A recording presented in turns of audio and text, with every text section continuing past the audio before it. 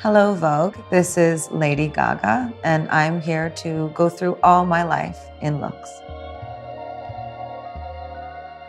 Kind of nervous about this. I believe this was 2008. I was backstage at MTV and I did TRL, Total Request Live. And this is a leotard and a hood made by Muto Little. And the glasses that I'm wearing are actually Archive Versace. These were the same style of sunglasses that were worn by Biggie. I wore these everywhere. It was inspired by Grace Jones, obviously with the hood. That hair on my head is a full wig that I had sewn to my head that I never took off ever. I wore probably one of 3 different outfits for about 5 years straight because that's what I could afford at the time, and I wanted people always to recognize me. So this was my initial iconic look. You can tell from the way that I'm standing there that I already felt like a star before anything came out. And I would say to anybody that's young and watching that, if you believe in yourself, you don't need other people to tell you you're great, to know that you're an artist on the inside already. So this was for the Much Music Awards. This was designed by Tom Talman Studios, but I want to be very specific. The jewelry that I'm wearing on this is what we called the fire bra.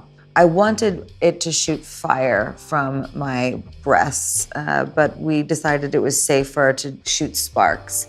So essentially what would happen is I had a remote control in my hand that once I pressed it, it triggered this fire bra to go off. And what would happen was a piece of steel would rub against, was essentially like a flint, and it would spin very fast and the sparks would shoot off of me. And I used to joke and say, I need my jewelry. And then they would bring me my fire bra. And those are pleaser boots that we had studded. I've worn the same stripper heels my entire career. They're tried and true and they're worth it. Oh, I love this one. This is at Kudo. This is when I was in England and I was meeting the Queen, and I wanted to dress like a queen in a British fashion, and I also wanted to do it in my way. But we thought that we would give this look of a queen a modern twist by making it in latex. And at the time, Atsuko Kudo was the only designers that I could think of that were actually tailoring latex in this way. It's very difficult to tailor latex. Well, this was a wonderful evening. This was my first ever Grammy Awards, and Armani wanted to dress me.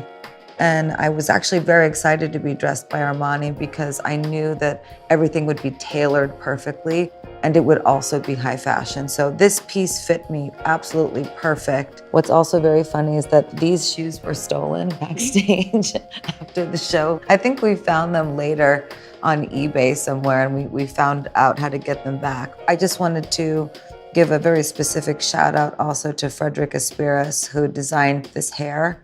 He was the one who for the first time put this idea of creating this piss yellow hair color as a way of celebrating pop art in motion. So if you think about Liechtenstein, for example, the way blondes were represented was with yellow hair. And this was a very special night. I had just won a Grammy before this happened. My first Grammy I won right before I wore this.